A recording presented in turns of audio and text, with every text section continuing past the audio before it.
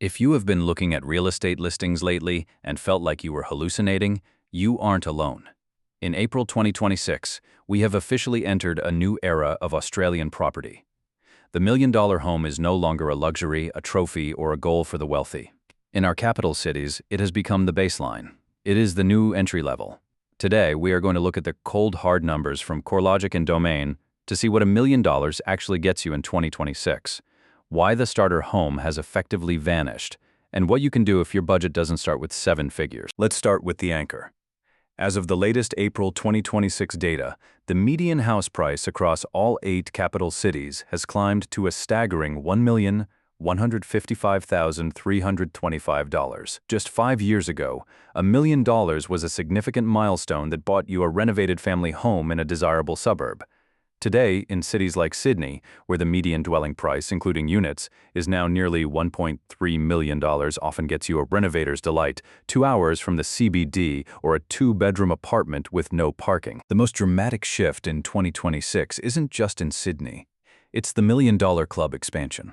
For the first time, Brisbane and Perth have joined the 7-figure ranks, with median house prices hitting $1,175,981 and $1,032,032 respectively. If you were looking at Perth 2 years ago thinking it was the last bastion of affordability, that door has officially swung shut. In 2026, over 88% of suburbs in Perth and Darwin now have median values above $600,000, a massive shift from just a third of suburbs only 18 months ago. But here is the average trap we always talk about. While the national median is high, it doesn't tell the full story of the affordability ceiling.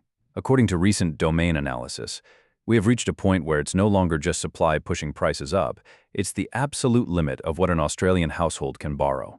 With interest rates still biting in 2026, a $1 million home requires a $200,000 deposit to avoid lenders' mortgage insurance and a household income of roughly $180,000 to $200,000 just to service the loan comfortably. That effectively locks out the median Australian worker, who we know is earning closer to $84,000. This has created what I call the 2026 deposit gap. According to current Finder data, the average Australian has about $34,703 in savings. If you're a millennial, that number is closer to $28,500. To buy that baseline $1 million home with a 20% deposit, you need $200,000 plus stamp duty, which in most states adds another $30,000 to $45,000. For a household saving $1,500 a month, that is a 10-year journey. And the problem is, property prices in Australia don't stand still for 10 years while you save. This brings us to the hidden insight of the 2026 market, the death of the 20% deposit. Most first-home buyers in 2026 are realizing that saving for a 20% deposit is actually the most expensive way to enter the market. By the time you save that extra $100,000, the house you wanted has likely gone up by $150,000. This is why we are seeing a massive surge in the use of the First Home Guarantee Scheme. In 2026, nearly 1 in 3 first-home buyers is entering the market with just a 5% deposit. They're accepting the higher interest costs in exchange for stopping the clock on price growth. However, there is a catch. Because the $1 million mark is the new baseline, many government support schemes are starting to lag behind. In several states, stamp duty concessions still cut off or phase out around the $800,000 to $1 million mark. This means that at the exact moment a home becomes median or average, it also becomes much more expensive to buy because the government stops helping you. You're being hit with a success tax for simply trying to buy a standard roof over your head. So if the $1 million home is the new baseline, where does that leave you? Does it mean the Australian dream is officially dead? Not necessarily, but it does mean the dream has been redesigned. In 2026, the real starter home isn't a house at all. It's a unit or a townhouse. The gap between house and unit prices has never been wider. While the median house in Sydney is $1.6 million, the median unit is $903,000. In Melbourne, you can still find a median unit for $642,000. For many Australians, the path to a backyard now has to go through a balcony first. This is step 1 of the modern property ladder, buying what you can afford now to capture the capital growth that will eventually fund the house you actually want in 10 years. Here's the reframe. Don't let the $1 million headline paralyze you. While the median is $1 million, that means half of all properties are still selling for less than that. In 2026, the smart money is moving toward high-amenity, low-prestige suburbs. These are the suburbs that have the train line, the decent schools, and the new Woolies. but don't have the cool postcode that adds a $200,000 premium. Another move that's becoming the 2026 standard is rentvesting.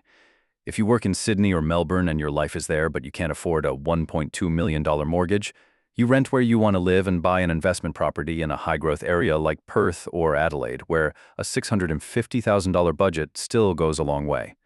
You're using the property market to build your wealth while someone else pays down the mortgage, even if you aren't living under that specific roof. If you're feeling behind because you can't see a path to $1 million home, remember this. The system is currently at its most strained.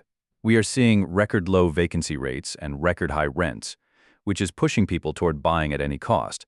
But these cycles do move. Being behind doesn't mean you've missed your chance.